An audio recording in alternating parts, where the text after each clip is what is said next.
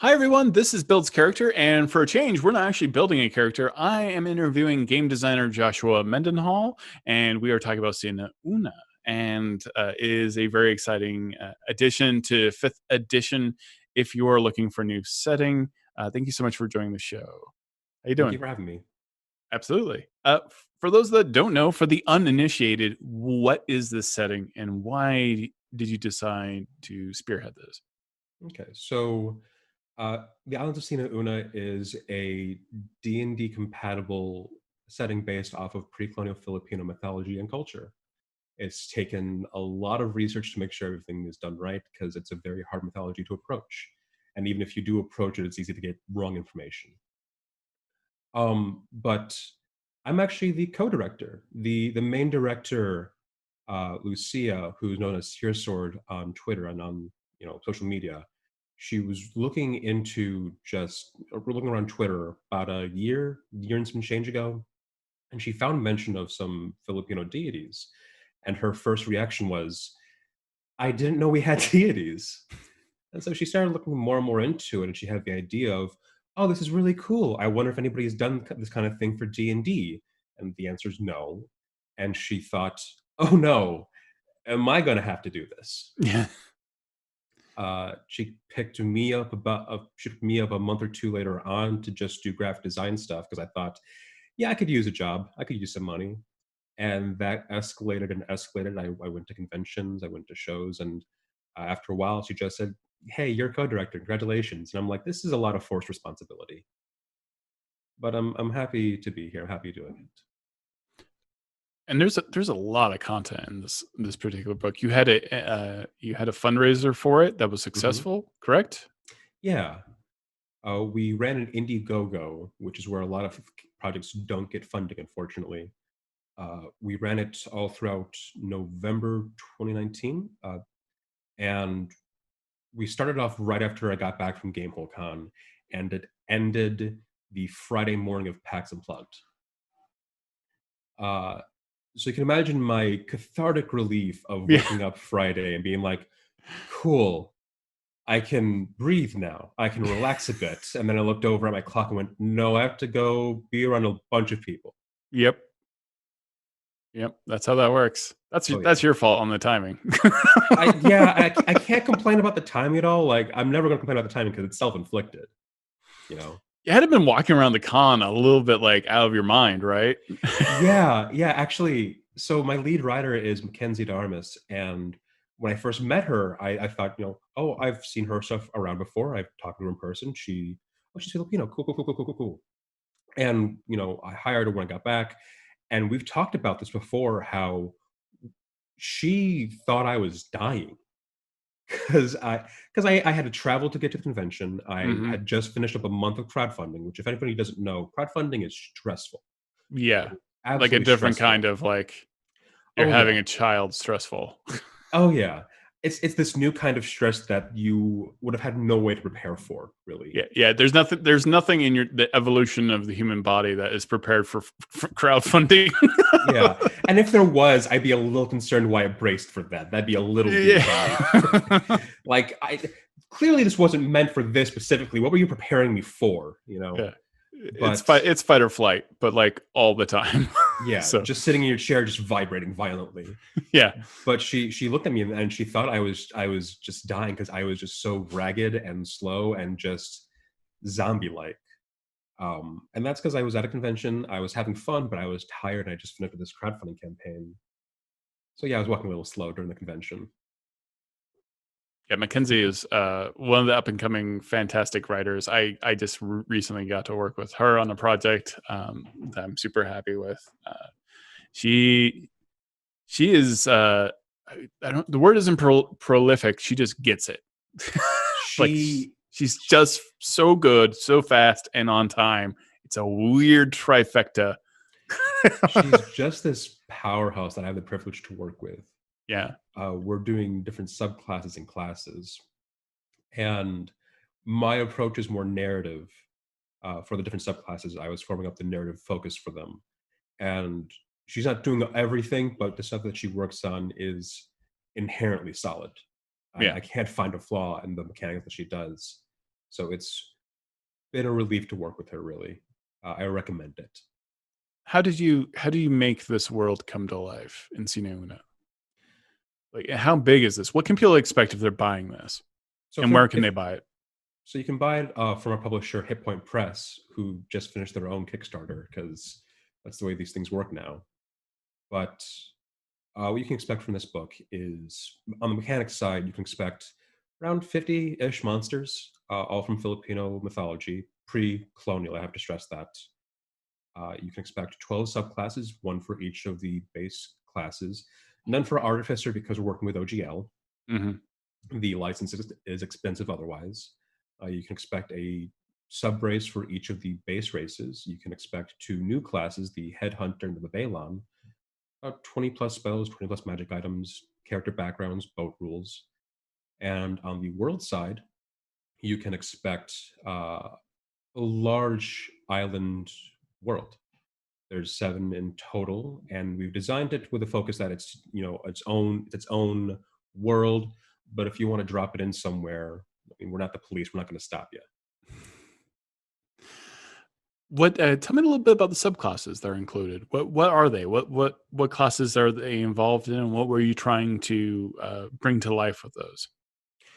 So with the subclasses, what we are trying to bring to life was so when you have these subclasses for the different classes themselves, you have this very narrow uh, purpose for them. You can see a kind of purpose behind the Echo Knight and how it differs from Rune Knight. You can see how the School of Divinity, not Divinity, School of Divination differs from the School of Evocation. There's a purpose and a story behind each one. While it's more or less vague each time for a character to approach it, the whole point of it is that it provides you a different narrative element. With our subclasses, we wanted to bring a narrative that we were pulling from our own culture. So if you look at rogue, for example, a lot of the rogue professions are criminals or based off of a crime. You know, scout isn't so much a crime, but assassin is, very heavily that, thief.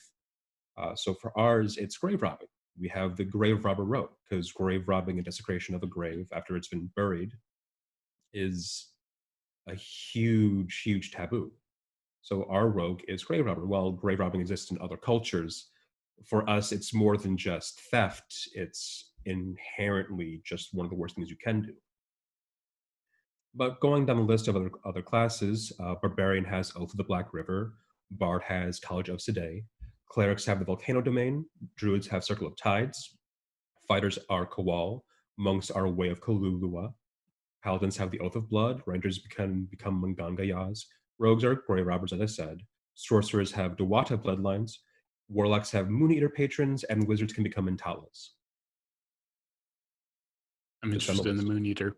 A lot of cultures have the moon being eaten by things.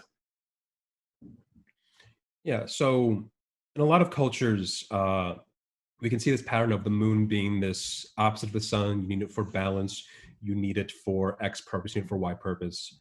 But it's never said explicitly. But we've kind of gathered this. I want to say hint that while other people have worship of the moon for either some inherently evil purpose because of some uh, good versus bad, light versus darkness kind of storyline, the moon, we need it to have a chance to fight back against what goes around at night. Mhm. So moon eating is the start of the end of the world because without the light of the moon, there's no chance for us. It's interesting. There's a lot of fantastic art in the book as well. Do we have an opportunity to show off some of this real quick? I don't know. I may be putting my producer on the spot. Hey, Oh yeah, yeah, yeah. Just go yeah, and rotate through. It's a really amazing artwork. yeah. So that first one there, the lion, that was one of the moon eaters. That's Okay. Ari Maonga, who races across mountaintops from his just immense size. And in his story, he tries to eat the moon, but is playful with it, gets surprised, and the moon escapes. It's the least malicious of all the moon eaters, but with him eating the moon, it's an act of wanton carelessness. Mhm. Wow. Let's move on to the next one. What is this creature, if you remember? That's Minokawa. So Minokawa is described as this bird that comes from across the horizon with a wingspan measured in islands. That Yeah, is awesome. it's described as having metallic feathers, sharp as spear points, and a horrifying visage to look at. Okay. Actually, that's if we can go back to the eagle, and that's actually Yeah, funny. let's go back. So we were talking about this, and all the moon eaters are based off of fears, uh, animals that you might be afraid of based on where you are in the Philippines, because each region is not the same as another one. And for people on the mountaintop, they're afraid of they have some concern over the eagles there, because the eagles there are known to drop down and grab monkeys. They'll eat monkeys, and sometimes a child if it's small enough. And jokingly, I call Mackenzie eagle bait. She rolls with it, so we like to keep doing it. All right, let's take a look at a few of the other monsters. So that's more or less the main moon eater. That's Bakunawa. She's described as, in some mythologies, as eating 6 of 7 moons, and she's trying to eat the 7th. And other ones, one that we're kind of focusing more on, she has a lot of admiration for the last moon, and she tries to devour it because she wants it so much. It's an element of greed. And when she shows up out of the waters to fight it, there's a warrior goddess named Halia who comes down to fight her. And Bakunawa recedes. She goes back into the oceans, and Halia goes to rest. But Bakunawa is not dead. She will come back. And in our book, at least, that's how we got 2 of our races, 2 of our sub races. That's how we got our half orcs and our dragonborn. Okay, so that's how you insert orcs and dragonborn into it, so they're somewhat related to this. Yeah. With the half orcs, we didn't want to go through the motions to introduce orcs into our setting. Yeah. So in our world, we don't have half orcs, we have Balat Kayo. Okay. They have a bit of gold to them, but they're passionate, they're warrior defenders, and if Bakunawa ever attacks again, they're the first ones to enact a ritual to bring her back, to bring Halia back. Awesome. All right, let's go ahead and take a look at another one. That's one of our island artists. That's actually what I use for my Zoom backgrounds. Yeah. That looks strangely familiar. Yeah, I don't know from where. Was there like an overwhelming? What was the biggest thing that was surprising to you when creating this book? How much it would hit me emotionally? Because I'm Filipino, but I'm diaspora, which can more or less be read as of the blood, not of the land. So growing up, because this mythology is so really hard to approach and really hard to learn about, I couldn't connect with it at all. And not knowing your cultural roots can mess with you a bit. Mm-hmm. Learning about this book has been really cathartic for me and helped me repair kind of a self-identity thing that you grow up with your diaspora. How important is it to have the people who have that background writing these stories and like bringing this kind of thing forward? Because I cannot imagine a book on Filipino myths would have been created otherwise. Like this would not have been made. It's hard for a couple of reasons. The first of them is just I can't stress enough how hard it is to approach this mythology. One of my researchers in the Philippines actually sent me a bunch of books from there, and they cost us maybe I think $200 for all of them, including shipping. But one of them is this book solely on legends, and if I bought it by myself off of the internet, off of eBay or Amazon, it would have cost me $800 alone. Wow. So there's this lack of information that's present. There's this lack of knowledge available. But it's difficult as well to write through this because we've seen a bunch of people try and bring the mythology to life, and most of them, I don't want to say lie, but they embellish a lot. They skip over a lot of nuances, and so it's been hard on us just to make sure that things are done properly. Because we've all seen Oriental Adventures, we've all seen it. Mm-hmm. And looking at that has a lot of mistakes to it, and it's still around now. It's been, I want to say, 20 years since the second Oriental Adventures and nearly 40 since the first one, but they're still around and they're still talked about. If we make mistakes with this book, those mistakes will still be present 20, 40 years from now. It's Right. created a lot of pressure. What now there are also magical items. We've got some new races. We've got gods. What was the most important thing to nail? Like it's like, for you when making this book,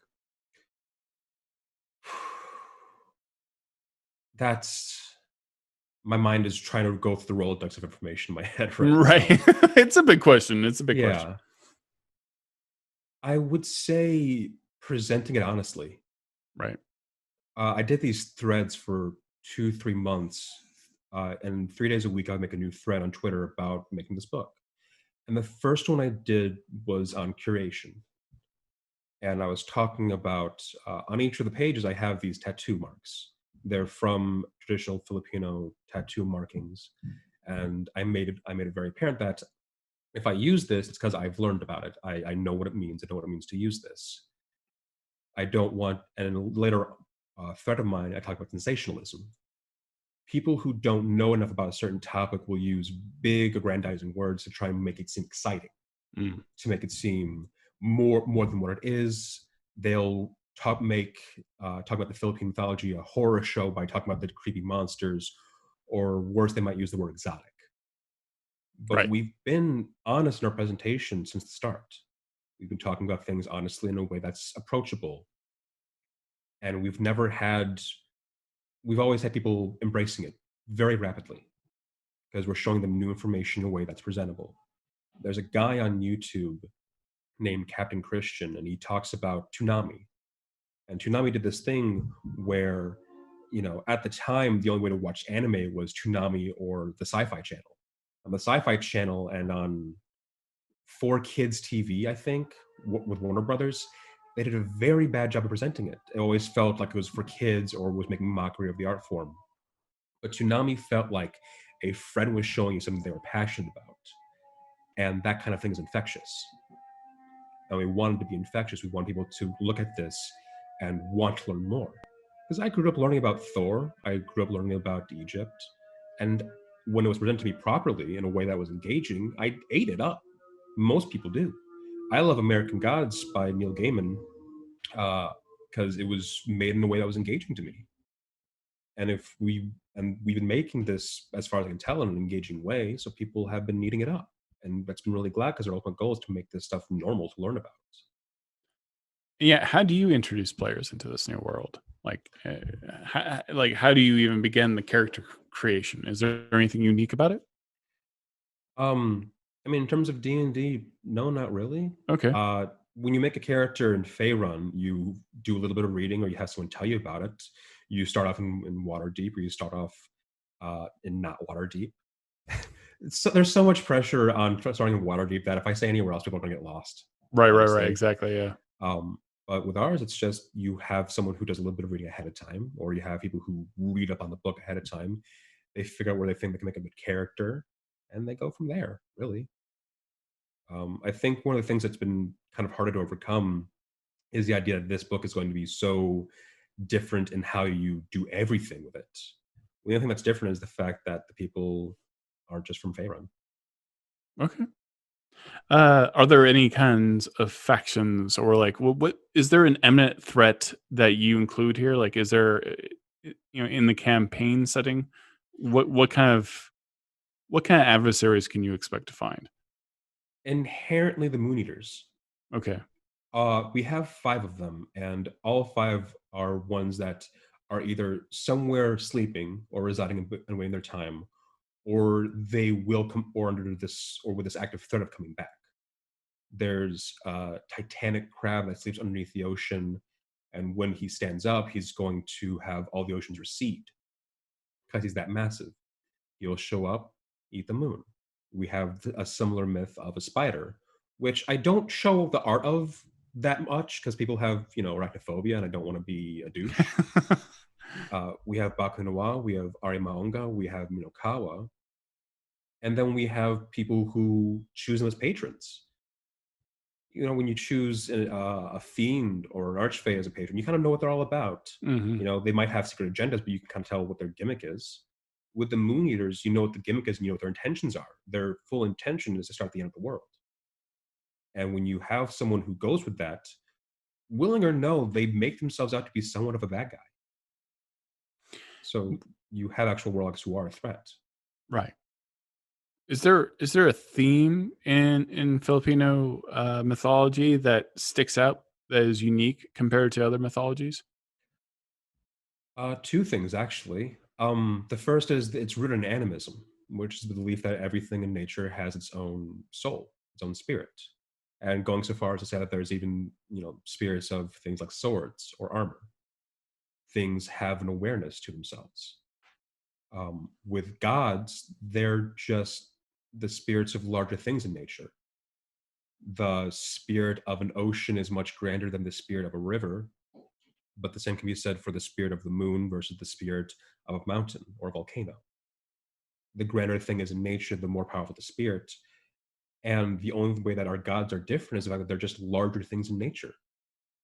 There's the sun, there's the harvest, there's moons, there's eclipses and phases of light and the moon in the daytime and the nighttime. Just when things become large enough, when they become venerated enough, they get that status, that separation to being what other mythology referred to as God, or as a Okay. god, I should say. Is there a particular monster that you found most fascinating that you researched in this? If you ask any of my researchers, they'll say I freak out over every monster they tell me about, Yeah. because I freak out over every monster they tell me about, because they'll just drop this dump of lore on me that's so viscerally different from other things. I'm just kind of like, what are you telling me right now? Is this real, or you're messing with me? Yeah. Um, I think the most interesting so far has been the Aswang. The Aswang is this.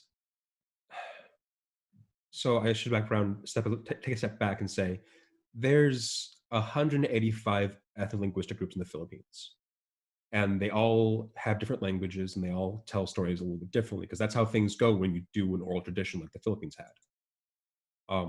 But the Aswang is this pure taboo. Everything wrong that people do, everything evil that someone does, it's attributed to an Aswang as well. Eating of corpses, taboo against spirits, desecrations. That's what an Aswang is inherently. It's everything sinful or taboo that a person can do. It's been interesting because different sections of the Philippines tell it differently. They'll say that they drink marrow, or they drink blood, or they eat corpses, all kinds of things. But the one thing that I found out that's most interesting is that there's one myth about them that talks about how they're effectively immortal. And Aswang will live forever until it chooses not to. And the only way for it not to be in existence anymore is for it to find one of its living descendants, and it'll cough up this, I guess, content warning if you don't like animal abuse, but it'll cough up this baby chicken with black feathers. And the only way for the Aswang to die is for its descendant to eat it. And Hmm. that the Aswang dies, but the descendant becomes another Aswang. That's upsetting. Yeah. Uh, So there's a lot of that. yeah. It's put this heavy emphasis on there's an importance in how you connect with others. The bond Mm. you have with everything around you, person, animal, or nature, is paramount. And to sever that connection somehow, to damage it or ruin it, that's the worst thing you can do, to harm others. Did you is there a introductionary adventure include as well, or is it mainly like guidelines, locations, that kind of thing? So it's a fleshed out campaign setting world, but we are including an adventure just to give people kind of an idea on how to approach it. Okay. Um, at this point, we're doing play testing soon, trademark. Uh, And when we do that, we're doing a bunch of different mini adventures. I'm writing some, and then Mackenzie will be helping out with some of that as well. And we're going to make those their own thing as well, in addition to what we already had planned. Okay, and this has not been published yet, correct? No, none of it And has been as so far. what is the date that you're shooting for? We're hoping for a PDF release in August with a physical release in October. Okay. Uh, I'm going to gesture vaguely at the current world state right now. Yeah, absolutely. Uh, we had full intentions to release in September, but because of everything, we are expecting a delay. We're expecting us to be delayed until October. Okay. And but even though it was funded on, even though the fundraiser was successful, people can purchase it right now, pre-order it right now, correct? Correct. And where can they go for that? On the Deck of Minis website right now. Okay. And I'm sure we're sharing that in Twitch chat right now. What has been kind of the response like that you saw when this was initially announced? I mean, for this to be a successful fundraiser to get this made, I mean, it has to resonate with a lot of people. Yeah. Um, yeah, a lot of people. There's been a lot of talk about wanting non-European based settings for D&D, wanting to break away from the standard Knights in the Castle setting. But most of the time that it's been done in very small ways, or it's been done like Karatur, Hmm. which, it's Karatur. Yeah. Uh, and so we have this entire blank field that people want to do, but there's also this thing about wanting to do it right, don't want to do it honestly. And the best people to do that are people who have the most to lose by it being done wrong. Right. So we have people who've been wanting this for a while, but haven't had any way to have it be satisfied. And so when we announced this, where everybody working on this project is Filipino, people have been excited about it, which has been it's kind of a blessing and curse because we've wanted to make sure that we aren't getting a pass because of that. This has to be a solid work. So that's what we've been focusing on, making sure that it's solid. Were there any like surprising challenges in getting this made and making anything for tabletop in general? Whew. So I've been playing D&D since I was 10. Hmm. And whenever I did anything new for myself and for my group, I never had to write it down, ever. Half the time I make a campaign setting for myself, for my players, I'll write down notes strictly for myself. So having to make things available for everybody, make it understandable for everyone to approach, has been one beast. But the fact that I have to make a new culture, not a new culture, but a culture approachable for people has been its own challenge. Um, like one of the things I learned about early on was that if you look, there was no real map for pre-colonial Philippines, because if you made a map of everything, it would be wrong once a year. Because people in the Philippines made their homes out of temporary materials because of Mm. monsoon season. Every place they'd be for not monsoon season, there'd be a place they'd be for monsoon season. And when you have a world that's as fundamentally different as that, you have to take a step back and realize that you have to take a lot of time to make sure people get it. Do you have advice? I mean, you must have hard-won knowledge at this point when it comes to like launching a fundraiser for a tabletop book. Yeah. Sorry. Gesundheit. Thank you. I should have muted and I didn't. It's all good. Yeah. So you must have a lot of insight into like fundraising and getting the word out. And for anyone who's watching at home right now, who's like, "Well, how do I have a setting idea? How do I even go about this? I don't even know what to do." So, to quote from a Nintendo dev, uh, a bad game is bad forever. Yeah. A delayed game can be eventually good.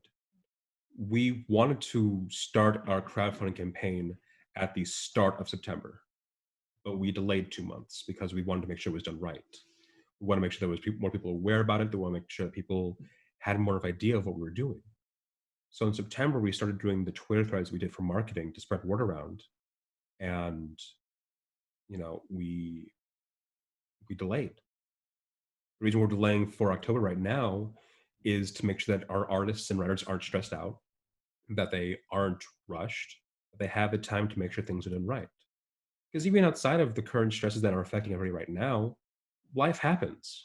On an individual scale, life happens, and we didn't want our writers to see working for us as a stress factor.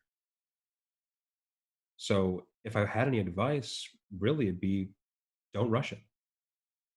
Don't make a mockery of your own efforts and work by wanting to get it out there now, now, now, now, now. If you take your time to do things properly, you'll see a lot better results. Awesome. Uh, what's your favorite subclass? Is there one that you have gravitated yourself towards the most out of this book? Um, yeah, I've gravitated towards, despite what my online handle says, I've gravitated towards barbarian and monk the most. Okay, why is that? Gonna learn a lot about you from this. Sure, sure, sure. So barbarians have Oath of the Black River. Um, the Black River was my white whale when it came to doing research, Hmm. because I found one instance of a mention about a thing called the Black River, and I thought to myself, I want to learn more about this. Where can I learn about this? And I went over the course of a month trying to find any mention about the Black River. Everything I found was either unverifiable or outright wrong. In one case, it was a fan fiction. It took me a month to find out anything about the Black River. And I eventually found it thanks to some very kind people who sent me a PDF of a book that only had 200 copies made. Uh, and I found out the Black River is this: when you die, your soul eventually makes its way to the Black River. And there it's washed, it's bathed, it's acclimatized to being dead. So you can go on to your real afterlife more peacefully. And I thought that was great. That's really intense. Because when you die in a lot of in D&D, it's you die, your soul goes immediately to whichever of the nine, corresponding planes that your soul is aligned to, basically. And with this one, it was just, hey, you died. Here's the lobby. It's this long river of black water, and you'll go on to your next afterlife. There's no reward or punishment dichotomy. It's just this is where you go. Guessing where you believed. Oath of the Black River Barbarian is based on the idea that everything needs to die. If you're undead, you are overstaying your welcome. If you are prolonging your life through some means, you're overstaying your welcome. It's this idea that when you go to the Black River, you need to stay where you swam to, and it's this idea that you shouldn't prolong, your time until you go there. You become this river's servant. Mhm. With monk, it's Kalulua, and it's of a similar notion of it took me a long time to figure this one out because I started trying to figure out subclasses back in July, and it took me months to figure out what we're actually going to do with it. I think we actually figured out what we're going to do for the monk 2 weeks before our Indiegogo campaign. Yeah, that's an insight into my scheduling and timing. But Kalulua is this idea that this idea in pre-colonial Philippine mythology that your soul and body aren't inherently tied together. In most settings, if your soul becomes split from your body, your body dies. But in this one, they treat it as two separate things. Where if your spirit gets pulled out of your body, your spirit is still active and your body's still active, even though your body may lack some direction. So a monk, a Kalulua monk, is a monk who trains themselves to they can pull their spirit out of their own body uh, by choice and have their body still function. Cool. What are some of the effects they get because of that? Um, so the main thing is that you pull out a version of yourself that you can fight with. Hmm. Flurry of blows done with your soul does psychic damage, and then a bunch of other things that I'm hesitant to say because people like to copy what we do. Yeah. We, in a general sense, not me, not we specifically, me, Right. like to copy mechanics. We want to keep our stuff close to the chest until we go into release. Okay. But the main thing is that you're able to work alongside your soul to do different, combat maneuvers. why do you feel it's important that people get exposed to, I mean, well, should be self-evident, to multiple different cultures and settings? Because yeah, we've had the European setting over and over and over again in tabletop RPGs. We haven't had like a lot of diversity of other people's cultures, and there are a lot of other cultures that are would be fantastic settings for an adventure, specifically also for someone who is not of that culture to be exposed to something they don't know what's going to happen next. Like if you're in Western mythology, like you said, there's going to be a castle, there's going to be a dragon, there's going to be a dungeon. But if you buy this book, Sina Una, you may be at a complete loss, and that's fun and advantageous, and that's why you go on adventures. That's why you watch a movie you don't know anything about. Like you're going to experience something that you don't necessarily have so overwhelmingly ingrained in yourself, or that you have such already pre-built notions about. Are there any other settings that you would really like to see? I know you're still working on this, but what else would you like to see made, if not by yourself, but by other people? So, answering your questions in reverse, I want to see. During our threads, we had a bunch of people talk about how they wanted something for African culture, for Mexican mythology, for South American mythology, all kinds of different mythologies brought to life, like what we're doing for Sina Una. And I want to see each of those people succeed. Um, there's a bunch of cultures that get overlooked or get passed over. And I think if they get more exposure, if they get talked about the way that we've been able to do it with Sina Una, I'll lead this into your first question of, I went to C2E2 this year, and I got to meet one of the people who backed our book. And he was talking about the reason he backed our book is because he wants to use our book to teach some kids that the sandbox we use to play D&D is much larger than what we think it is. There's this book called Things Fall Apart, and talks about how if things don't change, if things don't improve by effort, things will be destroyed, things will decay, things become ruined. I used to play a lot of MMOs when I was in high school, just bouncing between one to the other, trying to see what all was out there. And a lot of them were just the same gimmick, and it burned me out. I get very bored when people don't do new things. And if you don't do new things, if you don't expand, you can start to ruin the fun for other people. Not intentionally, not maliciously, but without you wanting to. And that's kind of a tragic. So expanding what you can pull from, expanding what you have in your world, expanding what you can do with your games via other cultures in a respectful way is a way to improve your storytelling, is a way to improve the kind of games you run and have other people have more fun when they play these games. And that's kind of the main point, to have more fun.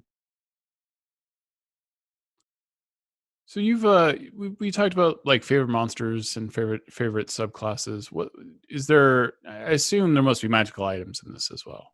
Yes. Is there anything that like really stuck out? Did you find examples of magical items within the culture? And I have a question for myself, by the way. Is there a trickster god? I'm currently obsessed with trickster gods in multiple cultures. And I'm desperate to find one that is actually like kind-hearted. And it's been a rough journey to find even one. So with the magic item question, I have one person actively working on that kind of stuff right now, because he wanted to work on magic items and spells, and he's very good at ideas, and so he's been reading through a bunch of the legends and whatnot. But one thing we found over Twitter was a wand. It was this alligator skull wrapped up in herbs and bamboo, and scorched. And when we think of wands with us in D&D, it's about 3 feet long. I get not 3 feet, like a foot long, foot and a half long piece of wood. You just go magic missile, alarm. But right. with this one, it's like 2 feet long. Yeah. And in your village, you just point it towards another village, and they'll be cursed. Whoa. Okay. Yeah. just very rapidly, all right, we made it. Alligator pointing towards that one over there. Cool, the crops are ruined. Let's move on. Yeah. I like the casualness of cursing the entire village. Yeah. Yeah. Like That's not OP at all. There's more to it than that. But that was the whole gist of it. Just you made this thing, you point it at another village, and it'll work its magic and they'll be cursed. It's interesting because that's not necessarily like, like a combat encounter. That's something you have to live with. You did that thing, right? Yeah. So having some magical items be that ridiculously overpowered, but not having an effect on like mechanics and necessarily killing anyone is interesting because you have to live with essentially being a magical terrorist, right? Like you just cursed an entire village of people. Yeah. That's insane. Yeah, it's an extremely like powerful item, so it takes a lot more work than just like finding an alligator skull. But just the fact that you could just go out and make that and point it is terrifying. Beyond that, there's been this whole thing about tattoos.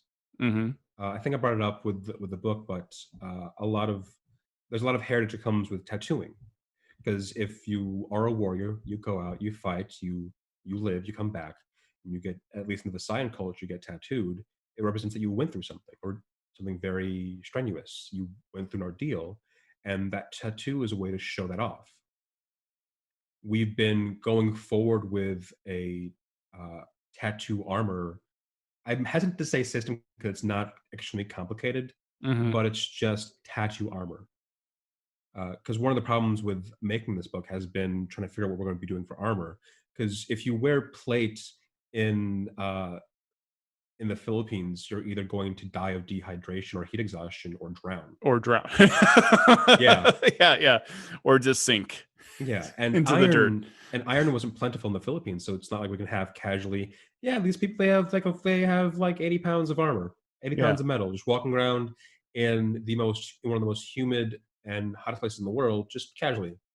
So it's been this mix between finding tattoo armor and having lightweight armor materials from the Philippines that will be immediately available. That's awesome. Yeah, and that is an interesting thing to consider. Yeah, I don't think a full played paladin would last terribly long in that environment. Do you play with environment quite a bit? In the sense that we have 2 seasons. Okay. And we have, so in Ghosts of Saltmarsh, they had rules for boat travel that were much more expensive than the lack of ones that were in the player's handbook. Mm-hmm. But they were aimed almost exclusively towards large-scale galleons and warships, right? Which we don't have, right? So we have been making rules for boat travel for rowing boats, longboats, because we have people who use boats for raiding or island raiding, going to and fro from one island to another to get stuff, to get spoils and come back. But we also have there's a cultural group in the Philippines called the Bajau, which are nomads. Their home is their boat, and they'll be on the water for lengths of time on purpose without going back to land. They'll fish, cook, and sleep on that boat. So we had to have rules for if you're just on a boat and you live on it as well. All right, we got a question from chat. What is the most horrifying thing that you were able to add to the book? It's an interesting question.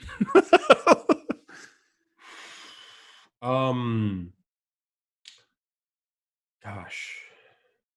Was it Burbalongs? Burbalongs are a good contender. Let's go with that. Burbalongs. Yeah. Honestly, because that one spooks people 100%.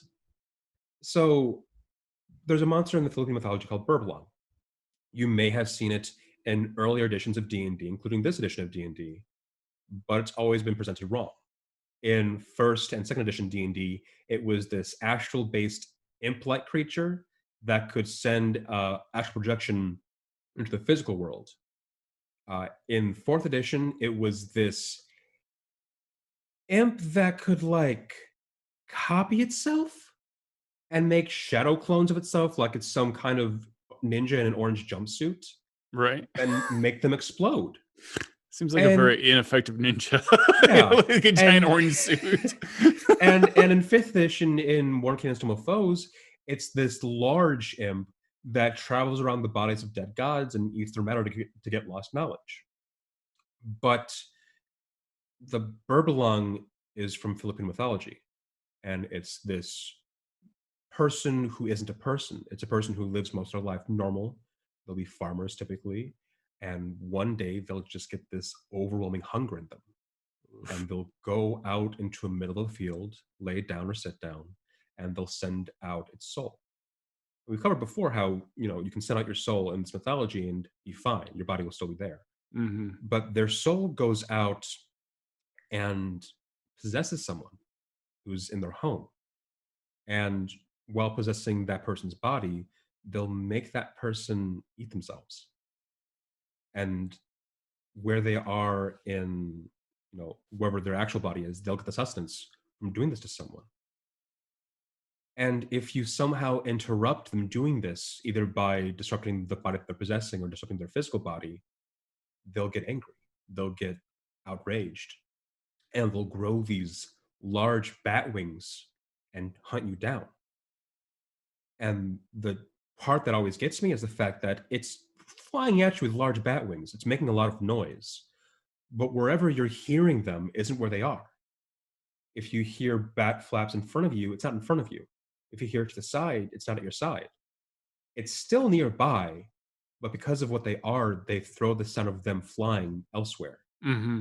to make you confused and make you panic. I'm about to panic right now just listening to you talk about it so casually. Yeah. I've adjusted. I don't know that I want to fight this at any point.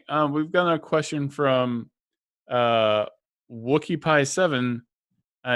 Josh, did you add, I will screw this up, the Mendenhall in the book? Mendenhall. Thank you. Okay. Yes, we did. I was missing an N. Yes, we did. Okay, I have to know what that is then. It's along the lines of horrifying monsters. Okay. So the Mendenhall is a woman who, looks like a woman, acts like a woman. As far as you can tell, is just your neighbor. But at night, they will go out into the woods and split themselves in half. They'll hide their legs. They'll grow bat wings and fly around hunting for people to eat. Its organs trailing after it. It reminds me of is it Vargul or the Varsagul? I think Vargul is what you're thinking of. Yeah. Vargul, the head detaches and the organs hang off of them, and they have bat wings on their heads. It seems distantly related, if I recall. I always found that art horrifying. Mm-hmm. Yeah. What's the overall story that you're trying to accomplish with this? What do you mean? Well, I mean, the big campaign setting, do you offer up certain scenarios for adventure for levels 1 through 20 that people can expect? Well, there's plenty of stuff to work with. Right. One thing I've told my writers about is the fact that we have to present this as material to be used, not material to just observe. Right. Because when you read a history book, it's just dry. It's factual information that you can't engage with. But when writing this about pulling from a culture that was long ago, not long ago, but just different compared to now. Right. And certainly not retold. Yeah. To a broad audience. Oh, yeah. We have to present it in a way that's approachable and living. It's one thing to talk about, how marriage ceremonies were performed. It's another thing to say how marriage ceremonies are performed. Mm-hmm. And making it so that there's stuff for you to pull from at every single level comes with the idea that there's stuff here that a DM can use for any level. Mm-hmm. It's a lot more challenging because I would expect, and I couldn't possibly know, you can kind of be lazy, right, about writing when you're tackling something like Western mythology, because people already know so many of those tropes, right? Yeah. You don't really have to explain a dragon. You don't have to really explain certain types of adventures or how the gods work, because they are largely based off either Western mythology gods, right? Mm-hmm. So you kind of understand how they interact and how magic interacts, and it's pretty magic is pretty straightforward in Dungeons and Dragons. But when you say crafting a wand and being able to take out an entire village, that's things get new. Yeah, real right? fast. Yeah. Yeah. And that's the kind of thing that's really exciting is like, okay, this world does not work the way that you have been kind of trained to think of magic. It's not Harry Potter. It's not it's not Tolkien. It's not any of this. There's different implications to everything. And that's the thing that excites me the most about like getting to read this and potentially even like running it or being able to play in it is I'm not going to have a foothold. Like this is actually going to be an adventure for someone like me because I'm if you throw a burbling at me, I'm not going to know what to do. Like I don't have the context, right? Any of these monsters, like especially if you've been playing D&D, if you're an old school D&D player and you've been playing this game for like 30, 40 years, um, you know what gelatinous cube is. You know how to kill a gelatinous cube. You know what a beholder is. You understand what vampires are. But throw some monsters that you have no context on, and that's when the fear starts, Hmm. right? Like that's when adventure gets interesting. Or you enter into an environment that is, for maybe even your character. It might be fun for some people to have their characters from other worlds jump into your world that you've helped write because it will be kind of like a fun wake up call. Like this D&D multiverse is potentially so much larger than you understand.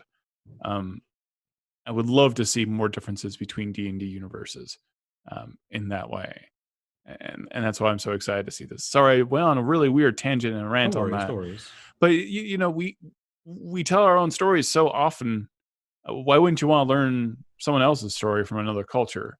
Because it's going to be so much more interesting. Because like I've seen how many King Arthur movies are there at this point? Like, do we How need many another one? Robin Hood movies are there going to be? Yeah, I know what happens. He robs people. He shoots an arrow in half with his own arrow. I know what's going to happen. Like, I love Robin Hood. I love King Arthur, but I got it, man. Like, um, there's certainly different ways to tell a story, but like, or maybe tell a completely different story. We got another question here. Well, this one is actually really important, and it's not even a question. It's your birthday. Oh yeah, it's my Happy birthday. birthday. Thank you. Yeah, I turned 27 today. That's huge. Yeah. How So when is you your said to birthday going? me, so when you said to me a few days ago, like, "Hey, can you do Thursday?" I'm just like, "Oh, you bet I can do Thursday." I hope you have like good plans after this, and that you had a good time before this. Oh yeah, Uh, I've spent the day working on Sina Una because I do get satisfaction and happiness from doing it, okay, good. and I'm That's gonna hang good. out with my friends later on because it's safer to do that now. Yeah, certainly. Yeah. Um, is there anything you'd like to say at the end of this? Like what is your elevator pitch? Why should people buy this book? Why should they explore it, learn about it, run games in it? Why is it why should this be for everyone? Because there's a lot of the world that gets overlooked, and a lot of the world can give you more insights into people. And all these stories that we do nowadays are composed of characters pulled from our experiences with people in the real world. The better you can see other people, the better you can empathize with them and understand where they're from, the more you see what is in the world that's already there, that's already interesting without having to lie about it, the more you can make your fantasy stories better. Because fantasy is just a reflection of how we interpret real life. And if you're able to interpret more, you can do so much more with your stories. So, TLDR, you can make your sandbox bigger and you can make your stories better. Okay. Thank you so much for being on the show. And again, where can people pre-order that book right now? You can pre order the book on the Deck of Money's website. Okay. Thank you, Joshua, so much for taking the time. We were hanging out before, and you were telling me about this, and I was enthralled with the idea of it. I was not aware because sometimes, um, and this is a very important thing to think about. Make an effort to see what's out there in the community and what people are making. It's very easy to get hyper focused on your own setting or on official, D&D uh, products or other tabletop games, but like there's such an amount of creativity happening in the indie space right now, take a look. You may find something amazing. You and I talked about people's top 10 role-playing games, and how kind of asinine that concept is. Oh yeah. Try many settings. Find the settings that's right for you. Try many subclasses. Try subclasses that people have made on DM's Guild or in this book. Try put yourself in an uncomfortable situation, because at least you'll survive it, right? Like, you're not going to die if you play Sina Una. Oh, you may die, but not in real life. But you're definitely going to learn something along the way. Again, thank you so much. Happy birthday! And thank you for having me, and thank you. Absolutely, anytime. And I can't wait for the book to come out. I'm very excited. So I'm excited to be horrified. So hopefully you will DM me in a one shot in this setting. And I'm down for it. Hopefully I will survive. We'll shove Avern into there and see what happens. It'll be fantastic. All right. Thank you everyone for watching. Have a great day. Stay safe.